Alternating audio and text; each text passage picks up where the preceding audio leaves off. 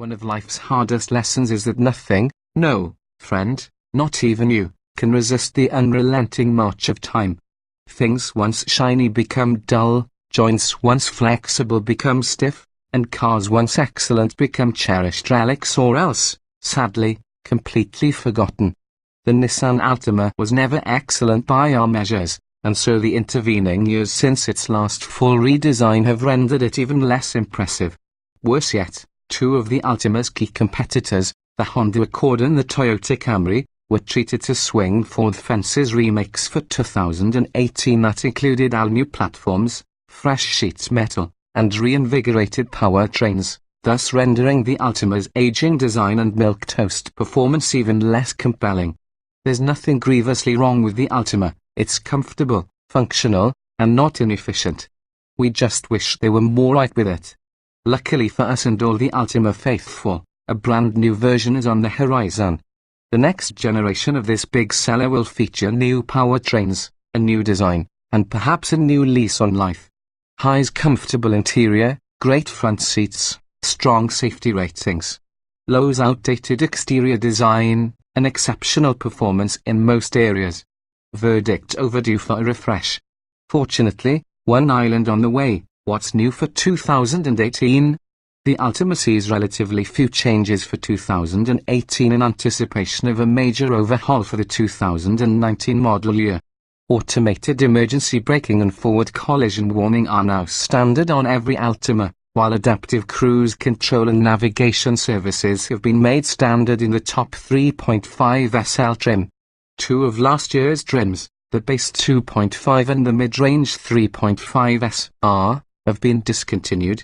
The SV technology package is new and includes sunroof navigation, while the SL technology package has been tweaked and no longer features automated emergency braking or adaptive cruise control. A 2.5 SR Special Edition package is also new and adds remote-to-start capability, leatherette seats heated up front, and a 7.0-inch touchscreen infotainment system with navigation services. Trims and options we'd choose the Nissan Altima 2.5 SR, which uses the same 179 horsepower 2.5-litre engine and continuously variable automatic transmission CVT as the rest of the Altima's four-cylinder lineup, but adds a sports suspension for improved handling. That model starts at $25,205 and includes steering wheel mounted paddle shifters, 8-way power-operated driver's seat with lumbar support, 18-inch machine finished wheels. A special edition package is available for $910 and adds a 7.0-inch touchscreen infotainment system with navigation services, a 3-month trial of SiriusXM radio, and remote engine start. That package would bring the total cost of our Altima S out at $26,115. The Altima's pair of powertrains are not particularly innovative, but they get the job done. Some roughness from the four-cylinder during heavy acceleration and a few fumbles from the continuously variable automatic transmission CVT proved bothersome during our test, but they're far from death knells. With an all-new model in the horizon, Nissan holds on to the powertrain options that have served the Altima well for years. Drivers have the choice of a 179 horsepower 2.5-litre four-cylinder or 270 horsepower 3.5-litre V6 engine, both paired with a CVT and front-wheel drive. While many competitors have moved to turbocharged engines and more satisfying conventional automatic transmissions, the Altima is still competitive with those flashy setups in both power and quickness. We haven't driven a V6 Altima recently, but our last rendezvous with that powertrain was mostly pleasant. Its CVT paired well with the powerful V6 engine that is only available in the topmost trim, and the car's 270 horsepower helped add enjoyment to an otherwise burnt-in-down driving experience. Manual shifting capability. Altimas outfitted in a sports-minded SR trim feature large paddle shifters as standard for manual shifting, but the car is eager to switch back to its native programming if it senses even a moment's hesitation on the part of the driver. According to the EPA, the Altima's 4- and 6-cylinder engines are about as efficient as comparable powertrains from competitors, but a 4-cylinder Altima we tested underperformed on our real-world highway fuel economy test. Every Altima is fitted with a continuously variable automatic CVT, a transmission type that is often credited with helping vehicles achieve good fuel economy. According to the EPA's tests, both of the Altima's powertrains have roughly average fuel economy when compared with similarly outfitted competitors. Average isn't a bad thing. In the case of the 4-cylinder Altima, it's good for 38 miles per gallon on the highway. Altimas with the V6 are rated by the EPA to earn 32 miles per gallon highway.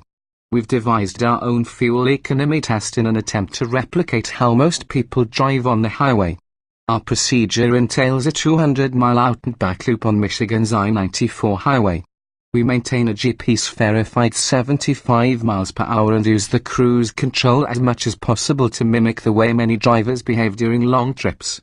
We have yet to drive a V6 Altima on our real-world highway test circuit, but the 4-cylinder Altima we did test turned 35 miles per gallon.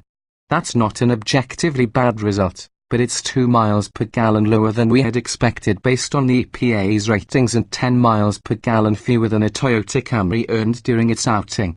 The Altima holds its own on the road and on the track, but compared with its excellent and more recently updated competition, it's simply not the best driver's car in this segment.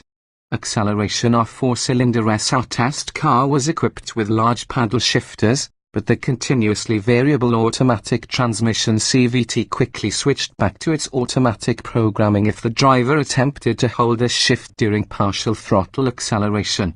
Left to its own devices, the CVT often mimics a 7-speed automatic transmission, but not in a manner that we found agreeable.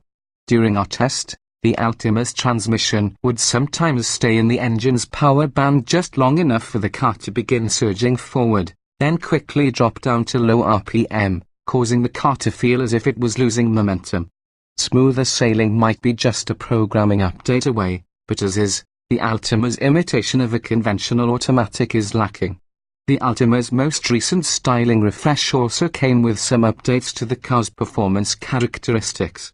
Specifically, the steering effort was made heavier to appeal to drivers who prefer a sportier feel.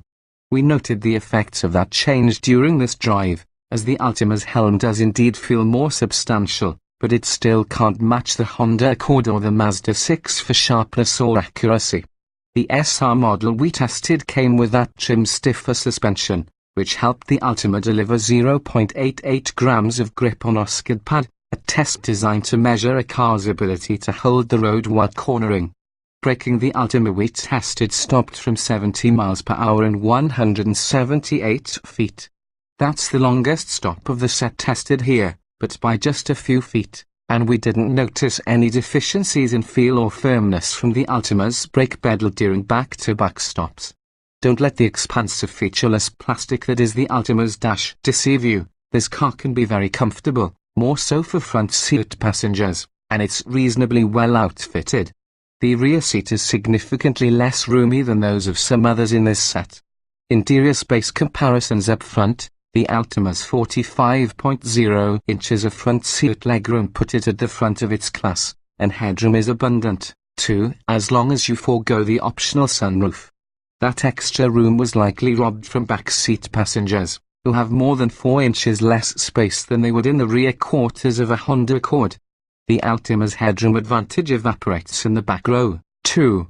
Our test was equipped with Primatex leatherette seats, so we didn't experience the Altima's standard cloth upholstery. The blue racing stripe that adorned each of the seatbacks in our SR model wasn't exactly the height of fashion, but the Altima's front buckets are some of the most comfortable around.